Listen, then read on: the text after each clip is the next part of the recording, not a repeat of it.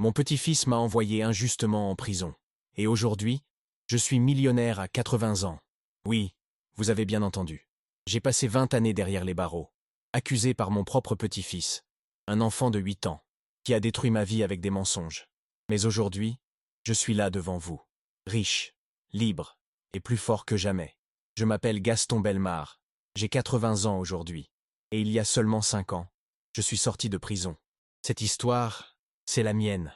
C'est l'histoire d'une injustice terrible, mais aussi d'une renaissance incroyable. Quand j'avais 55 ans, ma vie a basculé du jour au lendemain. Une accusation, une trahison, et 20 années volées. Mais écoutez-moi bien, cette histoire ne finit pas dans la tristesse, elle finit dans la victoire. Alors asseyez-vous, et laissez-moi vous raconter comment un homme de 80 ans peut encore changer sa destinée. Vous savez, les gens pensent qu'à mon âge, tout est fini, que la vie n'a plus de surprises à offrir. Ils se trompent. Ma vraie vie a commencé à 75 ans, le jour où j'ai quitté cette prison. Mais avant d'arriver là, il faut que vous compreniez tout ce que j'ai vécu. La douleur, l'humiliation, et surtout, la trahison. Car oui, celui qui m'a envoyé en prison, c'était ma propre famille. Si mon histoire vous touche, abonnez-vous à cette chaîne.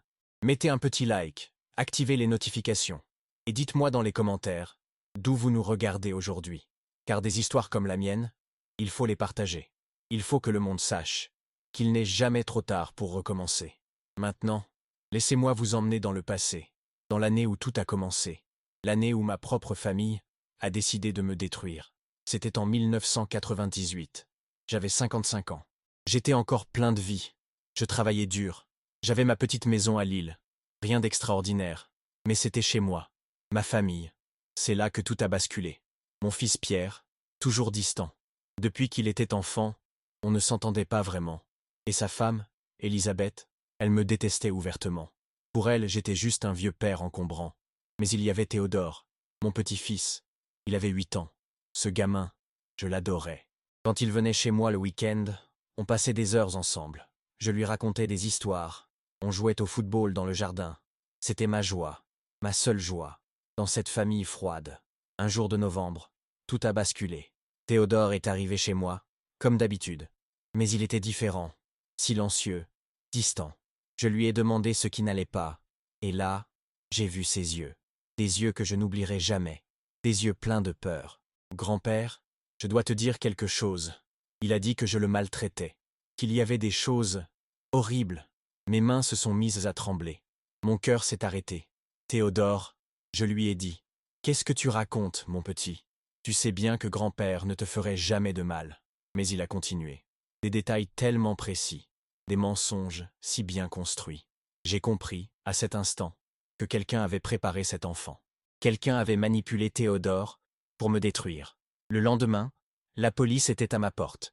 Pierre et Elisabeth étaient là aussi, avec des visages que je ne reconnaissais qu'à peine. « Papa, » Pierre a dit, « on ne peut plus fermer les yeux. » Fermer les yeux sur quoi? Sur des mensonges? Mais personne ne m'écoutait. Personne. L'enquête a commencé. À chaque étape, ma famille témoignait contre moi. Ma propre sœur, Marguerite, elle a dit que j'avais toujours eu un comportement bizarre avec les enfants. Mon frère Antoine a confirmé que j'étais instable et agressif. Tous, absolument tous, m'ont abandonné. Vous savez ce qui me faisait le plus mal? Ce n'étaient pas les accusations, c'était les regards. Les regards de mes voisins, de mes collègues, de tous ceux qui me connaissaient. Du jour au lendemain, j'étais devenu un monstre.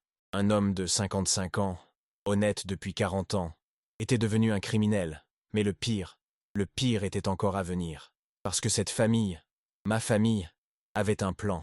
Ils voulaient se débarrasser de moi, du vieux Gaston qui les gênait. Et pour ça, ils ont utilisé un enfant innocent.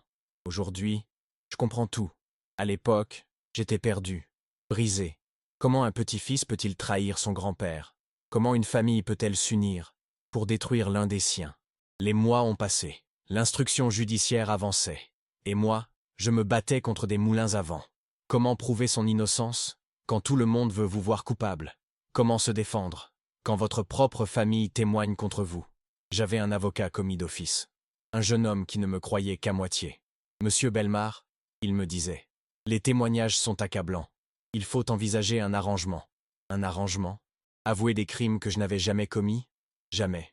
Même si cela devait me coûter ma liberté, jamais je n'avouerai des mensonges. Le jour du procès, j'ai vu Théodore au tribunal. Il avait grandi un peu. 9 ans maintenant. Quand nos regards se sont croisés, j'ai senti quelque chose dans ses yeux. De la culpabilité, du regret, mais il était déjà trop tard. Les dés étaient jetés. Le procureur a parlé de preuves accablantes, de témoignages concordants. Mon avocat, il a fait ce qu'il pouvait. Mais que peut-on faire face à une famille entière qui ment? Le verdict est tombé comme un coup près. 15 ans de prison ferme. 15 ans pour des crimes que je n'avais jamais commis. Dans la salle, j'ai entendu ma famille soupirer de soulagement. Soulagement. Ils étaient là soulagés de me voir condamné. À ce moment-là, j'ai compris que j'étais vraiment seul au monde. Mais je ne savais pas encore que ces 15 années allaient devenir 20. Je ne savais pas encore que le pire était devant moi. La prison de Loos-les-Lilles. C'est là qu'ils m'ont emmené. Un bâtiment gris, froid, qui sentait la désinfection et le désespoir. J'avais 55 ans. Je n'avais jamais eu affaire à la justice. Et soudain, me voilà au milieu de criminels. De vrais criminels. Les premiers jours, j'ai cru que j'allais mourir. Pas de violence physique. Non.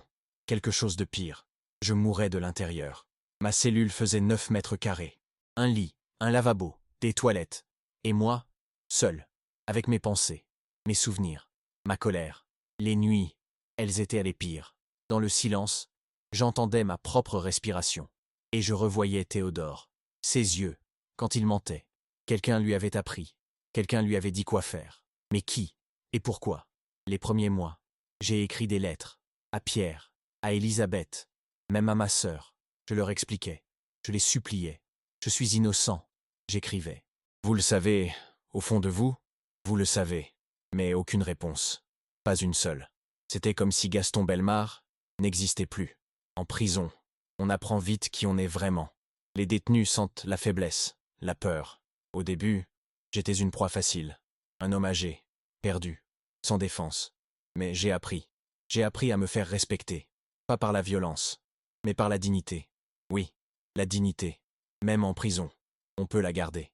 Je me levais tous les matins à 6 heures. Toilette complète. Cheveux peignés. Je lisais.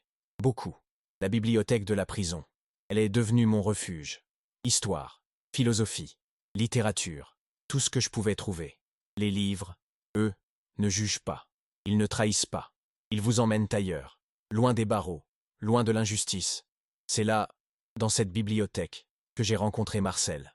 Marcel Fontaine, 68 ans, en prison depuis 23 ans. Il m'appelait gamin. Moi, à 55 ans. Et un jour il m'a dit, tu as deux choix.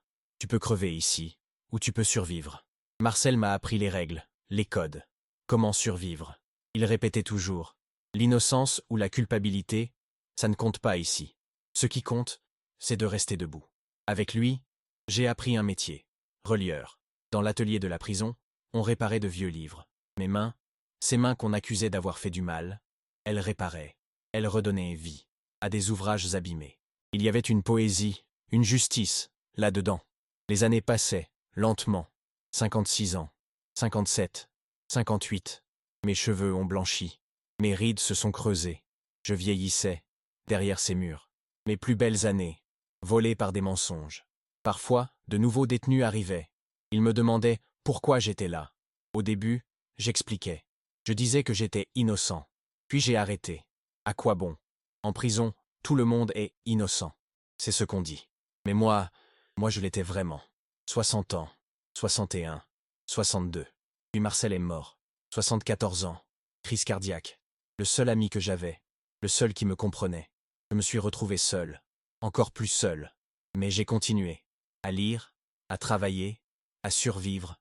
Parce que Marcel m'avait dit quelque chose avant de mourir. Gaston, la vie, elle ne s'arrête pas au barreau. Un jour, tu sortiras.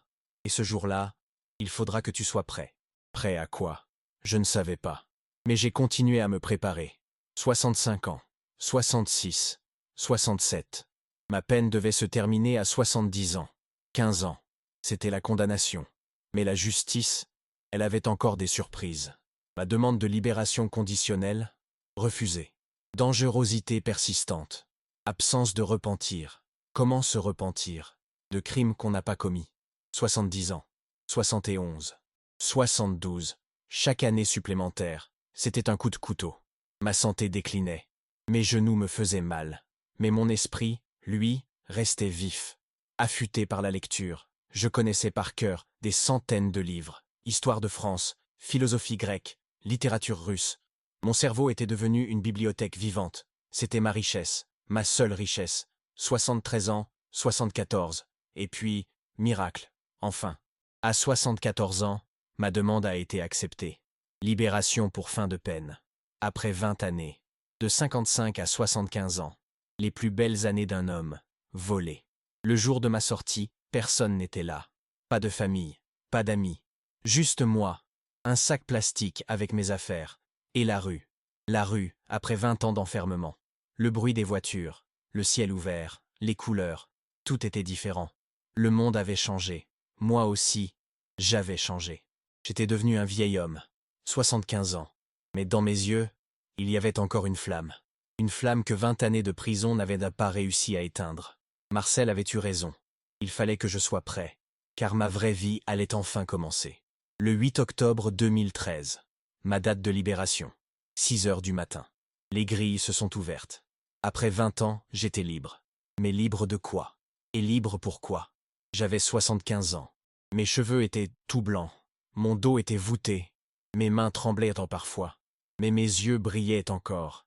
L'agent de probation, une femme d'une cinquantaine d'années nommée Madame Moreau, m'a demandé où j'allais. Et moi, je n'avais pas de réponse. Où pouvait aller un homme de 75 ans? Sans famille, sans maison, sans argent. Ma maison de Lille avait été vendue depuis longtemps pour payer les frais d'avocat. Ma famille avait disparu.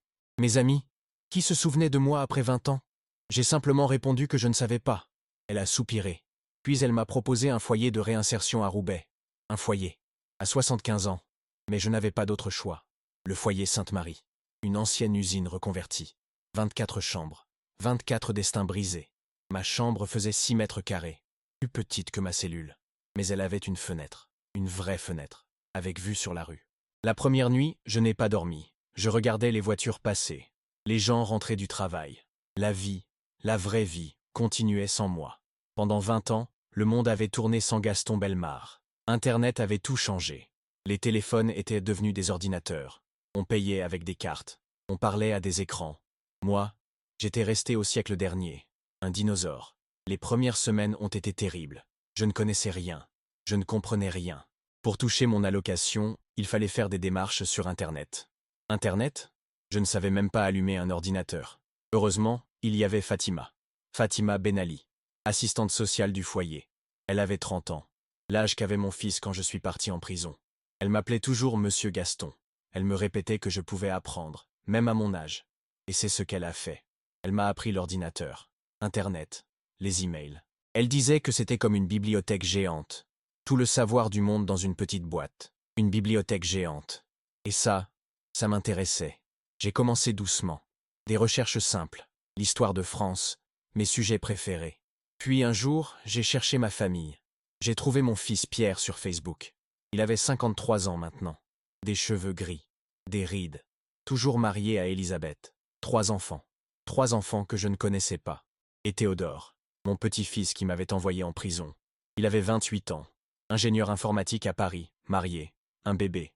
En voyant sa photo, j'ai eu mal au cœur. Il ressemblait au petit garçon que j'aimais tant, avant qu'il devienne mon bourreau. J'ai longtemps hésité.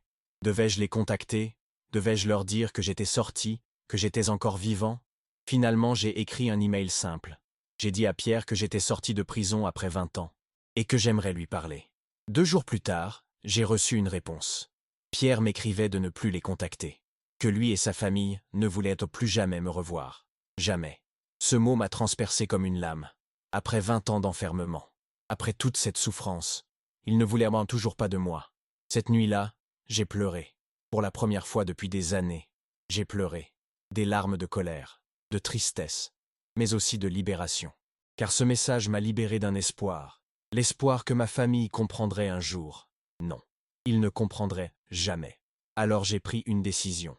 Une décision qui allait changer ma vie. Puisqu'ils ne voulaient plus de Gaston Bellemare le grand-père. Puisqu'ils avaient tué Gaston Bellemare le père. Alors Gaston Bellemare, l'homme libre, allait renaître. À 75 ans, j'allais commencer une nouvelle vie. Une vie où personne, absolument personne, ne pourrait me trahir. Car cette fois, je ne comptais que sur moi-même. Au foyer, les autres pensionnaires me regardaient avec curiosité. Ils disaient que je voulais prouver quelque chose. Et ils avaient raison.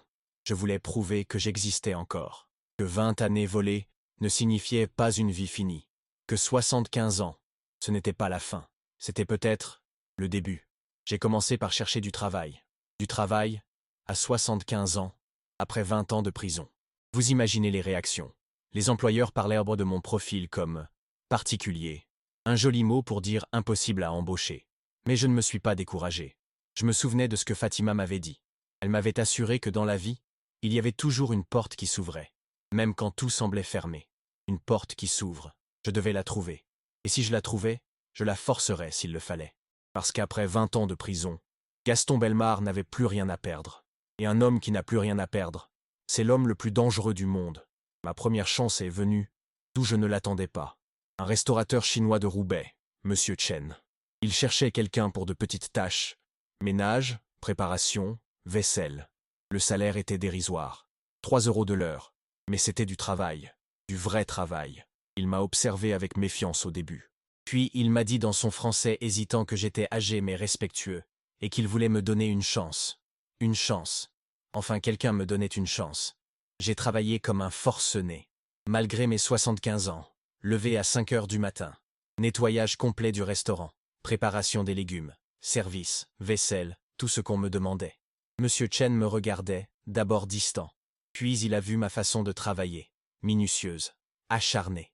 Il m'a reconnu comme différent des jeunes qui disparaissaient après une semaine. Moi, j'étais là.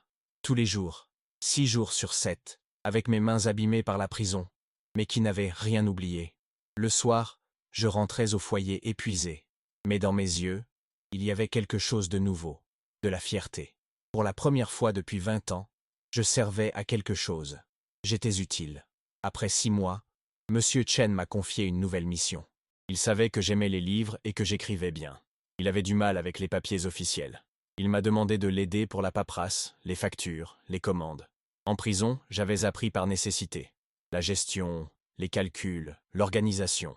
Quand on passe 20 ans à lire, on finit par tout apprendre. Alors j'ai commencé à m'occuper de la gestion du restaurant, les fournisseurs, les clients, les employés. Et là, j'ai découvert quelque chose. Monsieur Chen perdait de l'argent. Beaucoup d'argent. Pas parce qu'il était malhonnête, mais parce qu'il ne savait pas calculer les coûts. Je lui ai expliqué que ses portions étaient trop grandes et ses prix trop bas.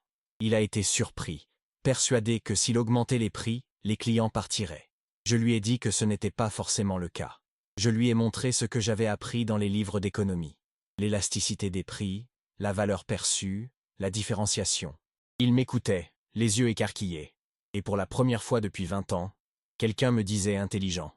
Moi, qu'on avait traité comme un déchet. J'ai réorganisé complètement le restaurant. Nouvelle carte, nouveaux prix, nouveaux services. En 3 mois, les bénéfices ont doublé. Monsieur Chen n'en revenait pas. J'avais simplement appliqué ce que j'avais appris. 20 ans de lecture. Et plus rien à perdre. Puis, grâce à lui, une nouvelle opportunité est arrivée. Son frère, Monsieur Wong, possédait une petite chaîne de 5 restaurants, tous en difficulté financière. Il m'a demandé si je pouvais les aider. À 75 ans, après 20 ans de prison, on me demandait d'aider. Et j'ai accepté. Un par un, j'ai analysé les établissements. J'ai réorganisé les menus, formé le personnel, optimisé les coûts. En 1 an, les 5 restaurants étaient redevenus rentables. Très rentables. Monsieur Wong était émerveillé. Et il me considérait comme un véritable stratège. Puis est venu le jour qui a tout changé. Monsieur Wong m'a proposé un partenariat. Il voulait ouvrir un nouveau concept de restaurant gastronomique. Il mettait l'argent. Moi, j'apportais les idées. 50-50. Un partenariat à égalité. Avec un homme qui me respectait. J'avais 76 ans. Locataire d'une chambre de 6 mètres carrés. Et on me proposait de devenir associé. Nous avons lancé le restaurant L'Harmonie d'Orient. Un concept franco-chinois. Produits du terroir français, techniques asiatiques. J'ai mis toute mon énergie dans ce projet. Le menu, la décoration, le service, le marketing. Tout passait par moi. L'ouverture a eu lieu en septembre 2015. J'avais 76 ans.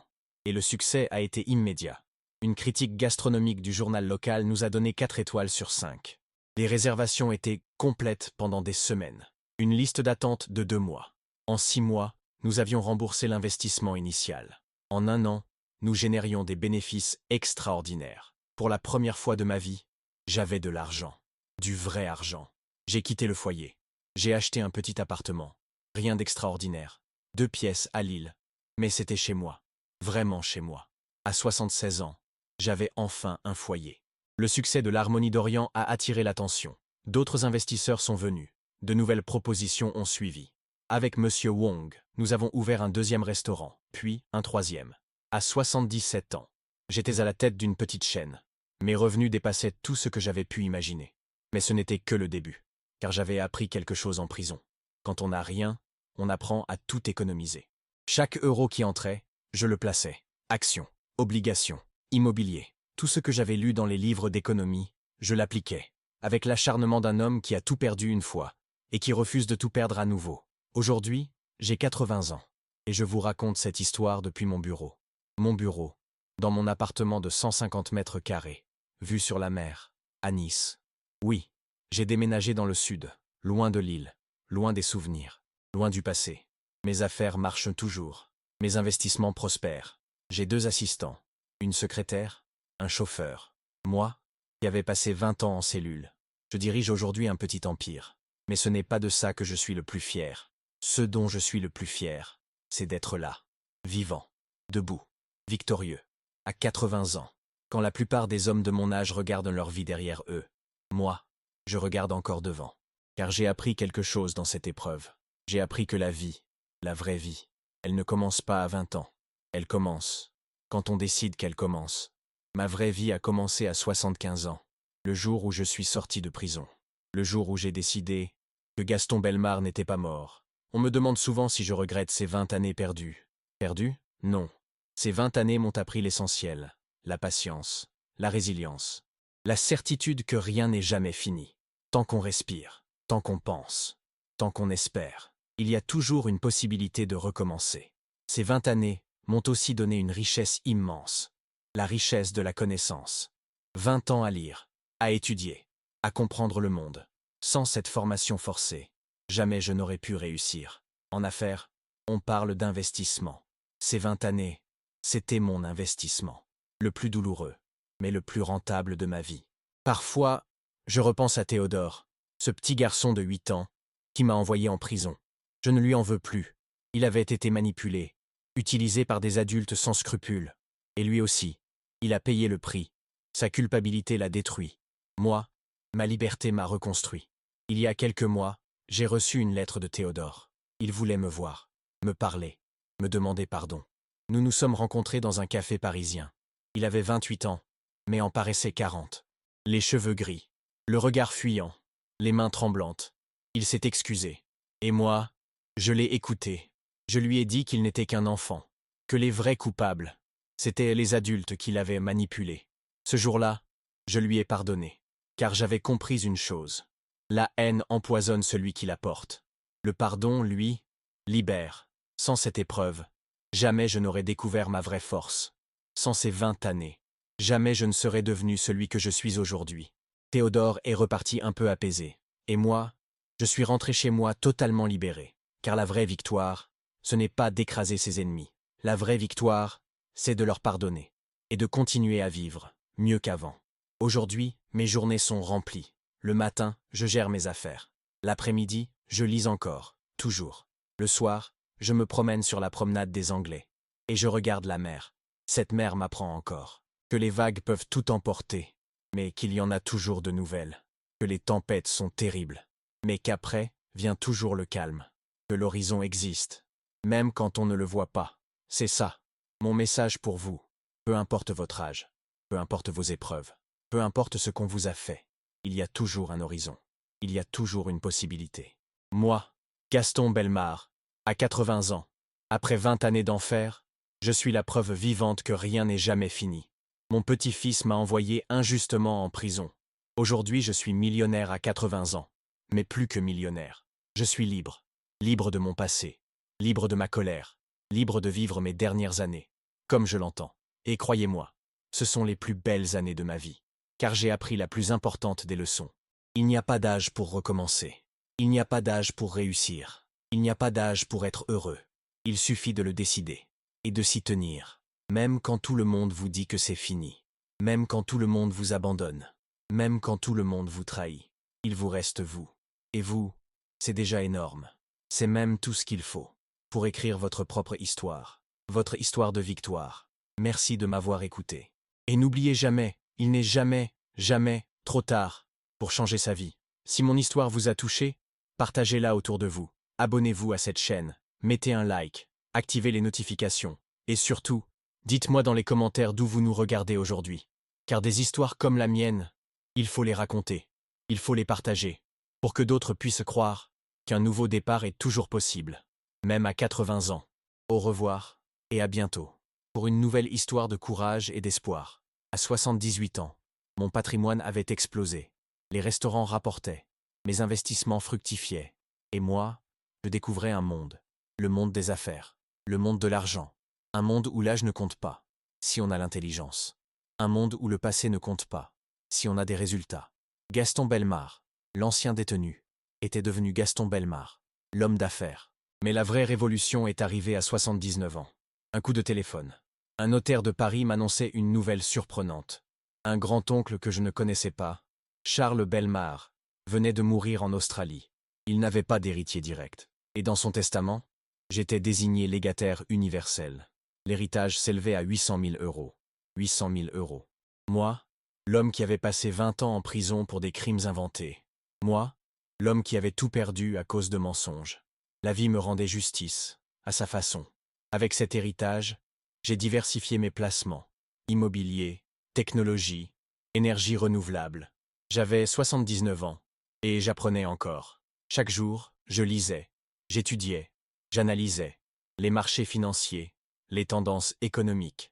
Mon cerveau, aiguisé par 20 années de lecture forcée, assimilait tout, comprenait tout, et surtout, anticipait. J'ai investi 50 000 euros dans une petite start-up de livraison de repas. C'était en 2018. Le secteur explosait. 2 ans plus tard, l'entreprise a été rachetée. Ma part valait 600 000 euros. 12 fois ma mise initiale. À 80 ans, j'étais officiellement millionnaire. Millionnaire. Ce mot résonnait dans ma tête. Gaston Bellemare, l'homme qu'on avait jeté comme un déchet, le grand-père qu'on avait sali, le prisonnier qu'on avait oublié, était devenu Gaston Bellemare, le millionnaire. Mais vous savez quoi? L'argent, ce n'était pas le plus important. Le plus important, c'était la revanche. La revanche sur tous ceux qui m'avaient abandonné. La revanche sur cette famille qui m'avait trahi. Car pendant que moi je reconstruisais ma vie, eux, ils vivaient dans leur petitesse. J'ai repris discrètement contact avec certaines personnes. J'ai appris ce qu'ils étaient devenus. Pierre, mon fils, avait fait faillite avec son entreprise. Il croulait sous les dettes. Sa femme l'avait quitté. Elisabeth, l'organisatrice de mon malheur, vivait seule, aigrie, vieillie avant l'âge. Et Théodore, mon petit-fils, mon ancien bourreau, il avait des problèmes, de gros problèmes. Un divorce difficile, la garde des enfants refusée, dépression, alcool. La culpabilité le rongeait. Il savait. Depuis toujours, il savait qu'il avait menti. Et ce mensonge d'enfant, l'avait poursuivi toute sa vie. Pendant que moi je m'épanouissais enfin. Eux, ils payèrent le prix de leurs mensonges. La justice, la vraie justice, elle ne vient pas toujours des tribunaux. Parfois, elle vient de la vie elle-même.